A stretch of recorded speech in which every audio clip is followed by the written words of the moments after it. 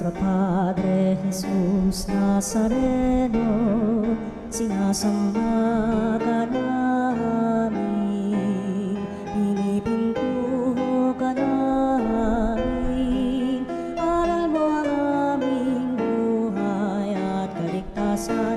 Nuestro Padre Jesús Nazareno, iligtas mo kami sa kamatayan. Ang krus mong pinamatayan ay sagisag ng aming kaligtasan. Nuestro Padre Jesus Nazareno, dinarangal ka namin. Nuestro Padre Jesus Nazareno, inulwalhati ka namin. Nuestro Padre Jesus Nazareno, inarangal ka namin. Nuestro Padre Jesus Nazareno, inulwalhati ka namin.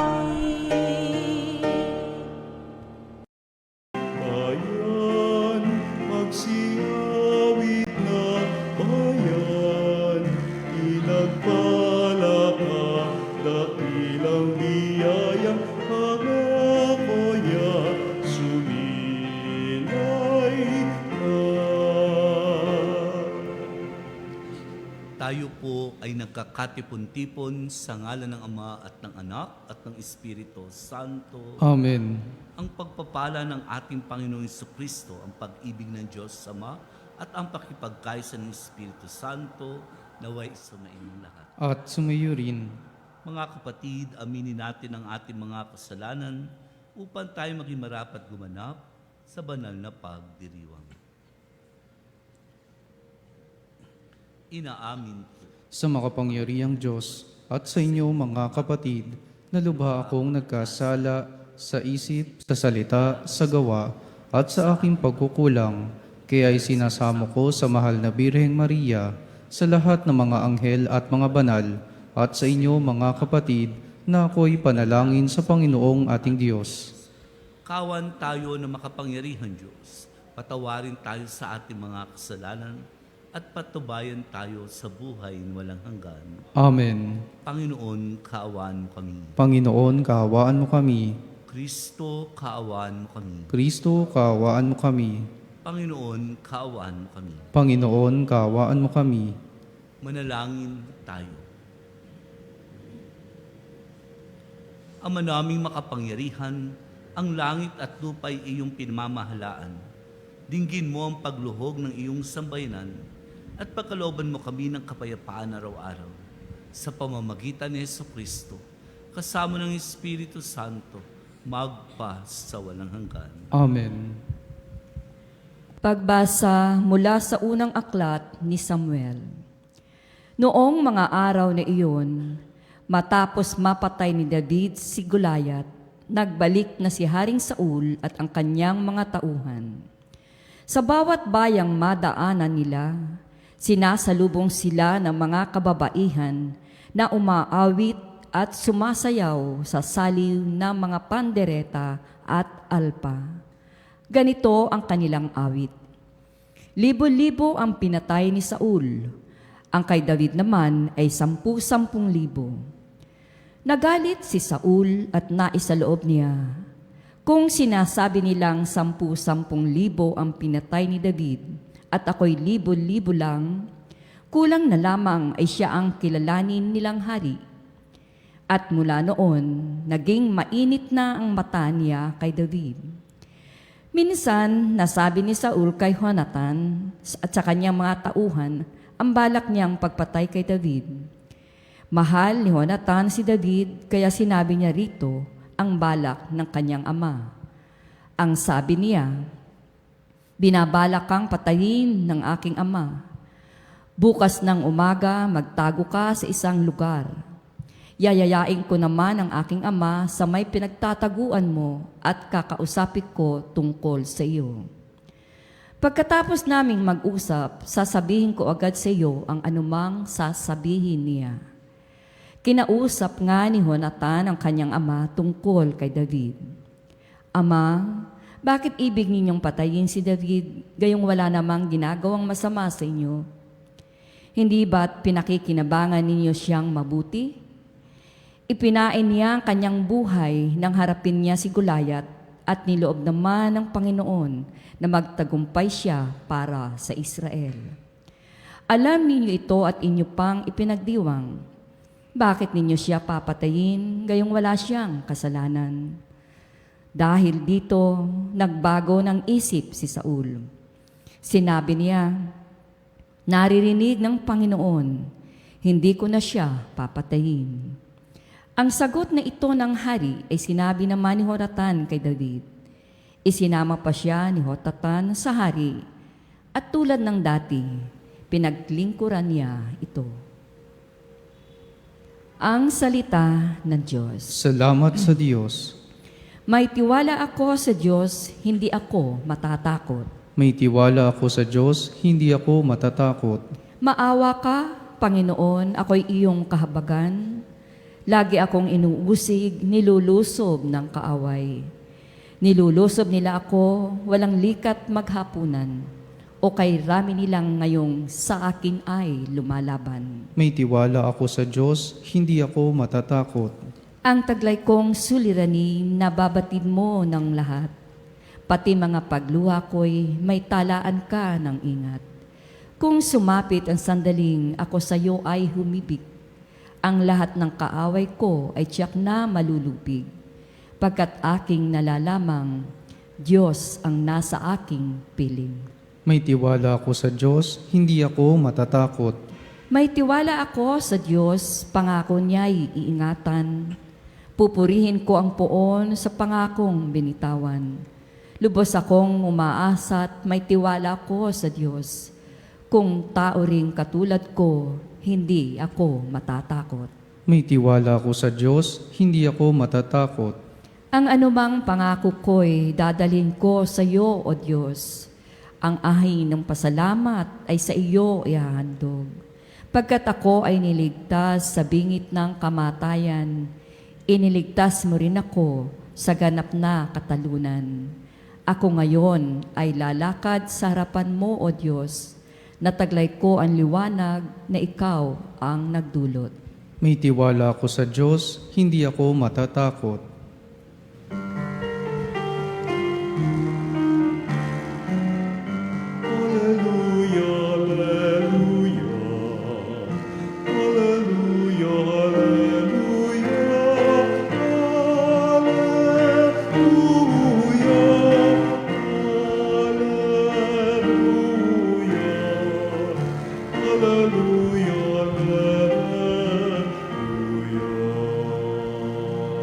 Si Kristo ay nagtagumpay, nalupig ang kamatayan, nagdiningning ang pagkabuhay. Aleluya, aleluya.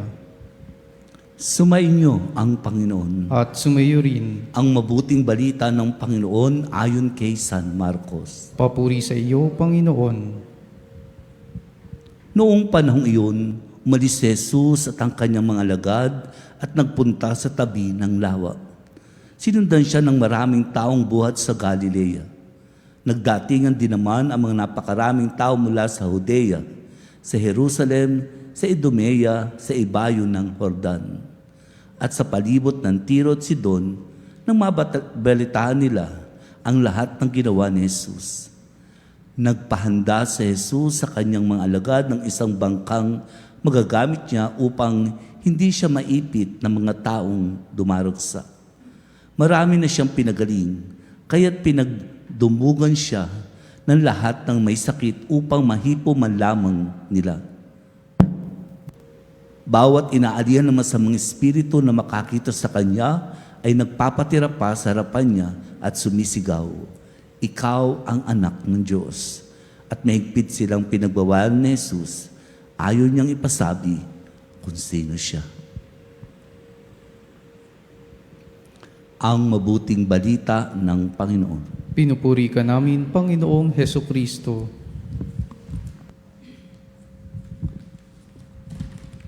Magandang araw po sa ating lahat.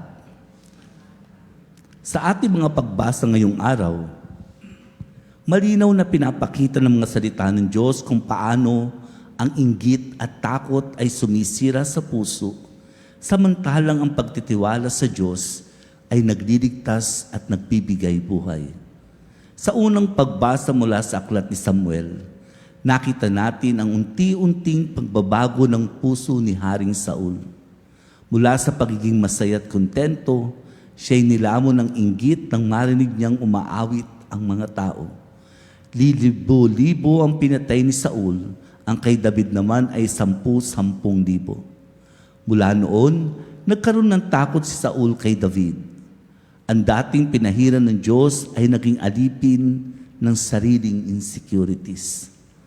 Ang inggit ang nagbukas ng pintuan ng galit, at ang galit ang nagtulak sa kanya na hangarin ang kamatayan ng isang inosenteng tao. Ngunit kapansan-pansin pagkakaiba ni Jonathan, anak ni Saul.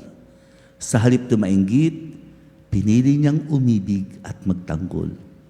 Nakita niya ang kabutihan ni David at pinaglaban ito sa harap ng ama. Ipinapaalala sa atin ni Jonathan na laging may pagpipilian. Maaari tayo magpadala sa inggit o mamuhay sa katotohanan at kabutihan. Sa Salmo narinig natin ang panalangin ng taong inuusig. Sa Diyos ako nagtitiwala, hindi ako matatakot. Ito yung panalangin ng pusong nasasaktan, ngunit hindi sumusuko. Ng pusong inuusig, ngunit nananatiling kumakapit sa Diyos. Maraming tagapakinig po natin ngayon ang maaaring dumaraan sa ganitong sitwasyon. Pinagchichismisan, pinaghihinalaan, o hindi nauunawaan. Ang salmo'y paalala na nakikita ng Diyos ang bawat luhat, bawat hakbang natin. Sa Ebanghelyo, makikita naman natin si Jesus na sinusundan ng napakaraming tao. May sakit, may sugat, may pangangailangan. Lumalapit sila kay Jesus dahil may pag-asa sa Kanya. Ngunit sa likod ng kasikat at kabutihang ginagawa ni Jesus, naroon ang bantang nais siyang patahimikin ng masasamang espiritu at ng mga makapangyarihan. Gayunman, hindi tumigil si Jesus sa paggawa ng mabuti. Hindi siya umatras. Patuloy siyang nagpagaling, nagpalaya at nagbigay buhay. Mga kapatid, ang mensahe ng salita ng Diyos ngayon ay malinaw. Kapag hinahayaan natin manaig ang inggit at takot, nawawala ang kapayapaan ng puso. Ngunit kapag pinili natin ang pagtitiwala sa Diyos at ang paggawa ng mabuti, kahit may bantat panganib, ang Diyos ang magiging ating sandigan. Sa ating pang-araw-araw na buhay, tanungin natin ang ating sarili. Ako ba'y tulad ni Saul na hinahayaang kainin ng inggit ang puso? O tulad ni Jonathan na handang ipagtanggol ang katotohanan at kabutihan? O tulad ni Jesus na patuloy na gumagawa ng mabuti kahit may panganib?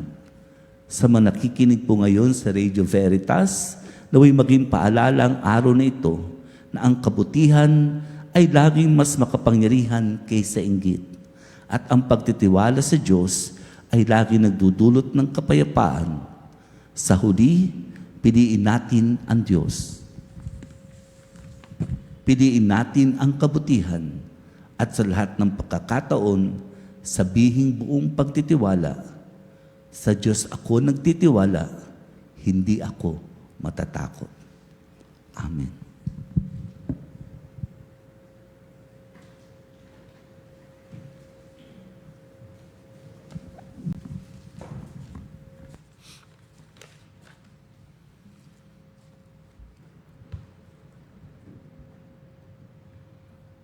Ipinadala ng Ama ang kanyang anak upang pagalingin tayo.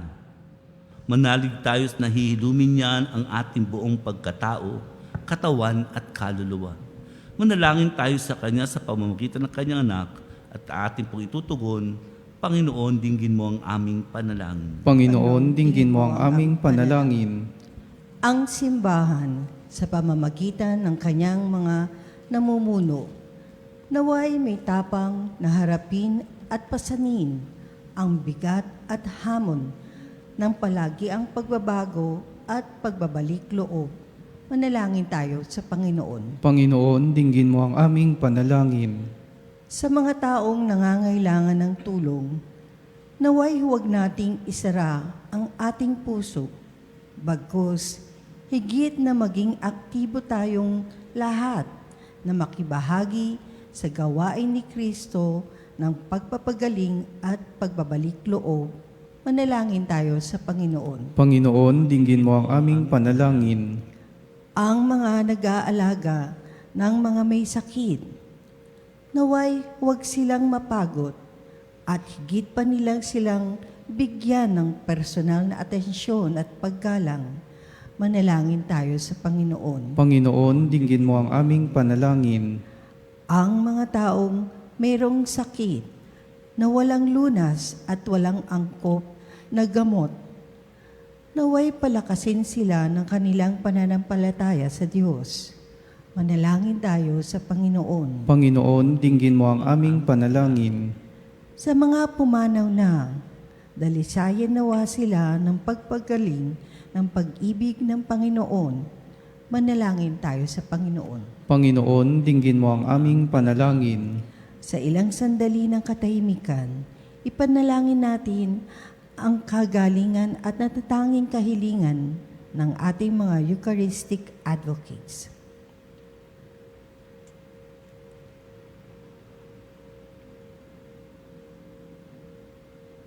Manalangin tayo sa Panginoon. Panginoon, dinggin mo ang aming panalangin.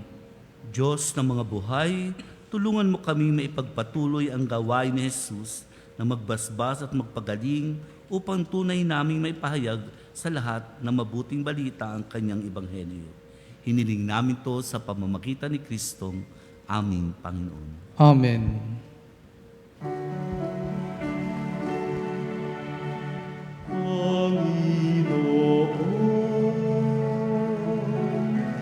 aming alay, itong alay at tinapay sa altar mo, ilalagay.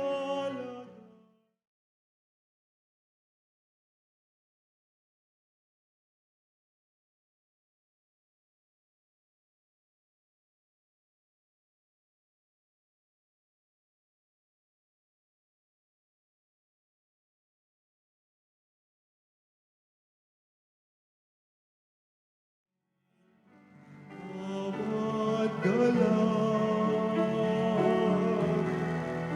at lumay, bawat pangarap naming taglay, sa palad mo ilalagay.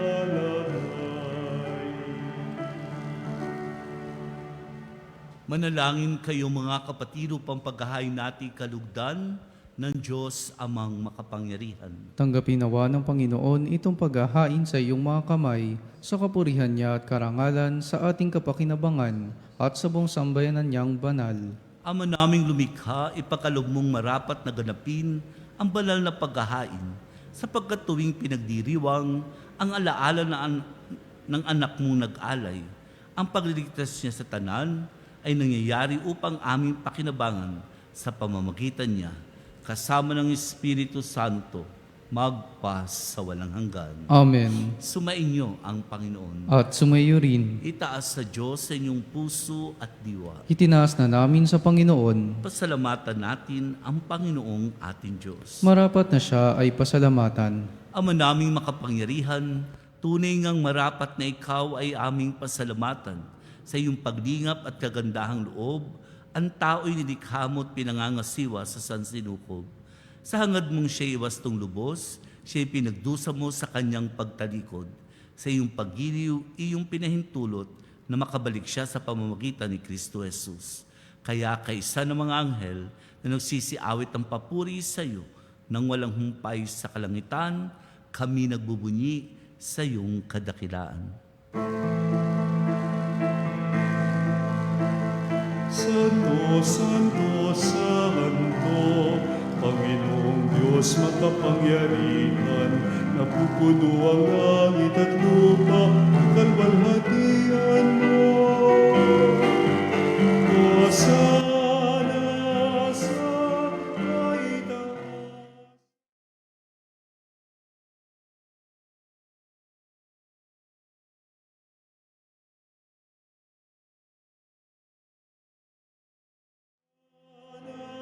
sa itaas.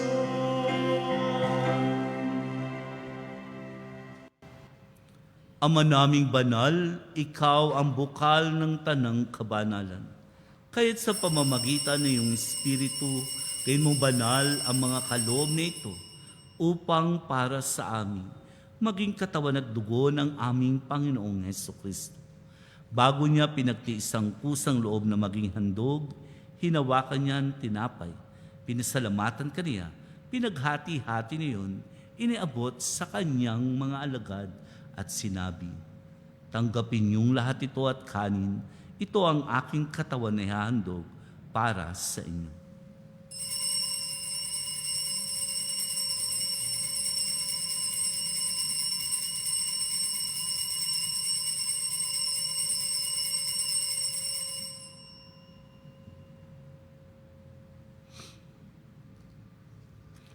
Gayon din naman nang matapos ang hapunan, hinawakan niya ang kalis, muli kanyang pinasalamatan. Inabot niya ang kalis sa kanyang mga alagad at sinabi, tanggapin niyong lahat ito at inumin. Ito ang kalis ng aking dugo, ng bago at walang hanggang tipan. Ang aking dugo ni bubuhos para sa inyo at para sa lahat sa ikapagpapatawad ng mga kasalanan. Gawin niyo ito sa pag-alala sa akin.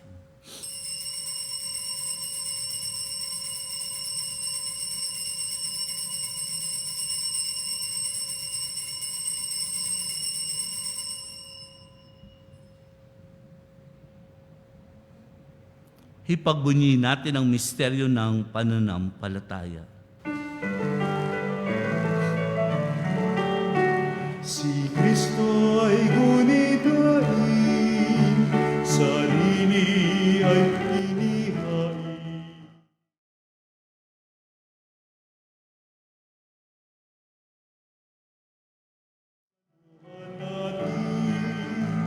Hanggang sa siya'y dumating, hanggang sa siya'y dumating.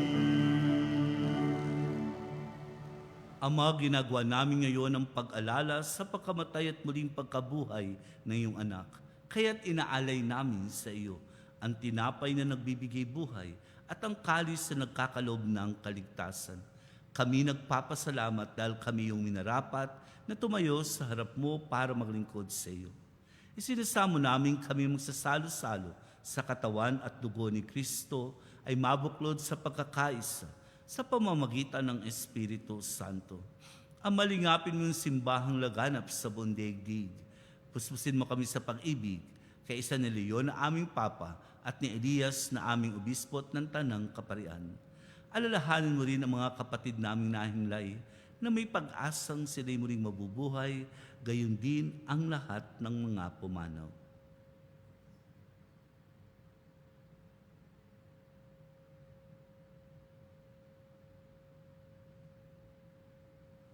Kawaan mo sila't patuloyin sa iyong kaliwanagan, kawaan mo at pakindapatin kaming lahat na makasalo sa iyong buhay na walang wakas. Kay isa ng mahal na Birheng Maria ng Diyos, kay isa ni San Jose, ang kanyang kalis ninisang esposo, kay isa ng mga apostol at ang lahat ng mga banal na namuhay sa daigdig ng kalugod-lugod sa iyo, may ipagdiwang nawa namin ang pagpupuri sa ikararangal mo sa pamamagitan ng iyong anak na aming Panginoong Hesukristo.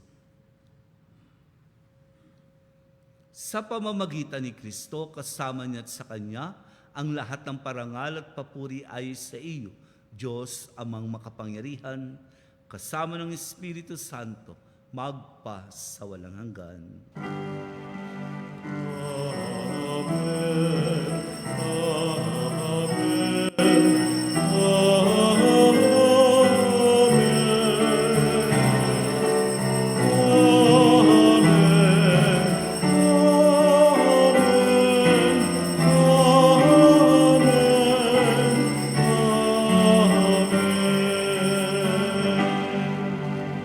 Sa tagubili na kagagaling na utos at turo ni Jesus na Panginoon natin at Diyos, ipahayag natin ng lakas loob.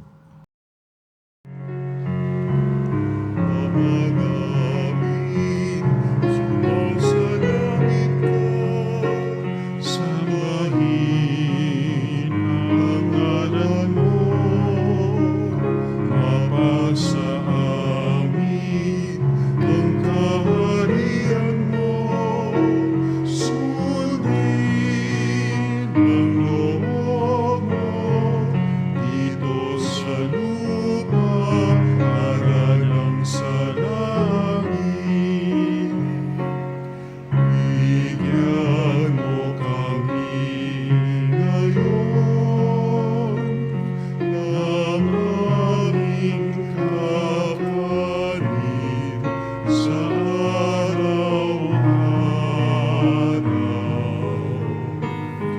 At patawarin mo kami sa aming mga kasalanan, para lang pagpapatawad namin sa nagkakasala sa amin. At wag mo kami ipahintulot sa tukso, at iadya mo kami sa lahat ng masama.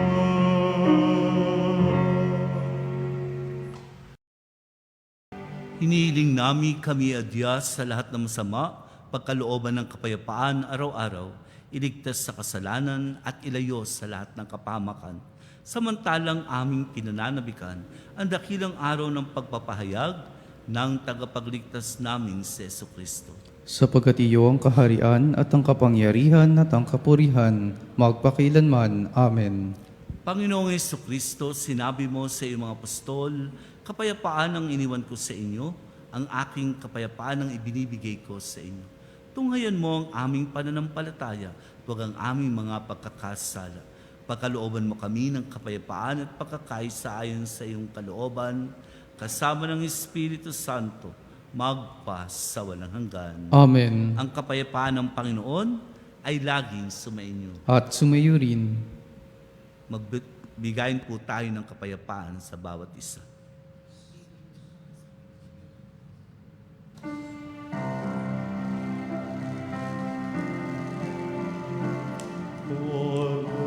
Cordero ng Diyos na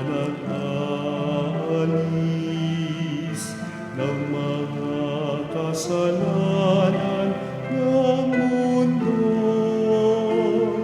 maawa ka sa amin.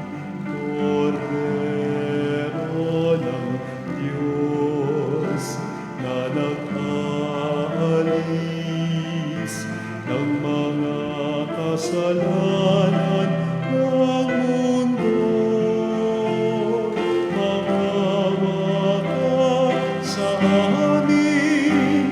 Cordero ng Diyos na nag-aalis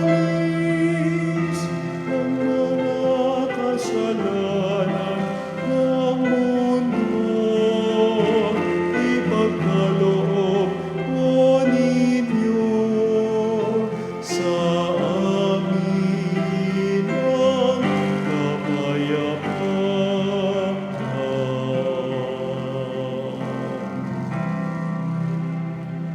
Ito ang kordero ng Diyos. Ito nag-aalis ng mga kasalanan ng salibutan. Mapalad ang mga inanyayahan sa kanyang piging. Panginoon, hindi ako karapat-dapat na magpatuloy sa iyo, ngunit sa isang salita mo lamang ay gagaling na ako.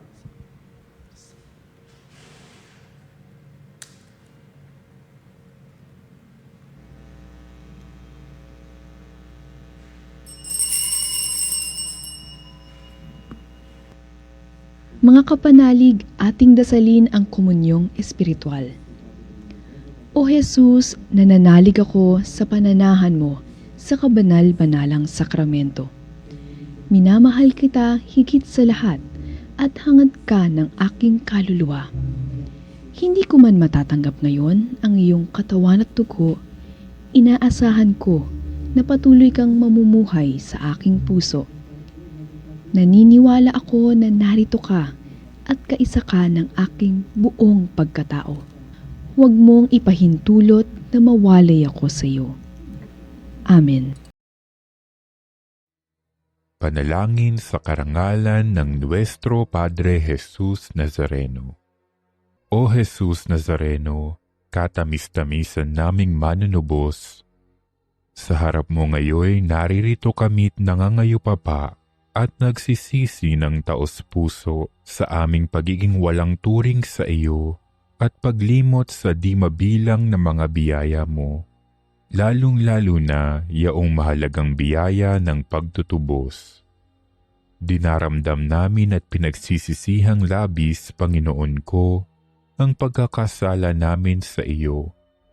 Ikinalulungkot namin ang pagiging dahilan ng pagpapasan mo ng krus na iyan sa gitna ng mga hirap at kapaitan, hanggang sa inihandog mo ang iyong buhay sa bundok ng Kalbaryo, sa pagkaibig mo lamang na matubos kami at ang sangkatauhan mula sa sala. Pakabanalin mo, O Panginoon, ang aming pagnanais at ipagtanggap mo sa amin ang iyong biyaya. Maging tagapamagitan nawa ang iyong ina, ang kalinis-linisang Birheng Maria.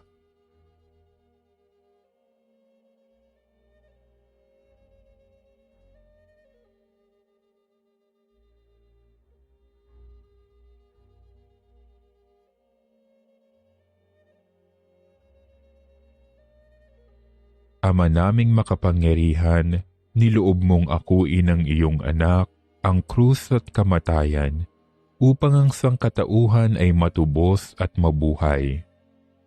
Ang pag-ako namin sa krus at kamatayan dito sa lupa, ayon sa diwa ng pagsunod sa iyong loob, na ginanap ng iyong anak, ay magpagindapat nawa naming kamtin ang lubos na katubusan at pagkabuhay sa iyong piling, sa pamamagitan ni Hesukristo, kasama ng Espiritu Santo, magpasawalang hanggan.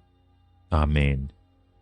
Nuestro Padre Jesus Nazareno, Panginoon namin at Diyos, kaawaan mo kami. Manalangin tayo. Ama naming mapagmahal, padaluyin mo sa amin ang batis ng Espiritu na iyong pag-ibig, upang kami pinapagsalo mo sa pagkain yung bigay para kami pagbuklurin ay magkaisa sa pananalig sa iyo sa pamamagitan ni Jesucristo. Kasama ng Espiritu Santo, magpa sa walang hanggan. Amen. Amin po kayong inaanyayahan maging isang Veritas Eucharistic Advocate dahil sa Eucharistia nagmumula ang katotohanan. Para po sa inyong mga pamista at mass intention, tumawag lamang po sa Religious Department na may number 8925-7931, local 129-131-137 o mag-text sa 0917-631-4589 at hanapin lamang si Miss Rene Jose o si Miss Ali Nae. Maraming salamat po. Sumainyo ang Panginoon. At sumayo rin. At pagpalain kayo ng makapangyarihan Diyos, Ama, Anak at Espiritu Santo. Amen. Tapos na po ang ating pagdiriwang, humayok yung taglay ang kapayapaan, pag-ibig at tiwanag ni Kristo. Salamat sa Diyos. Amen.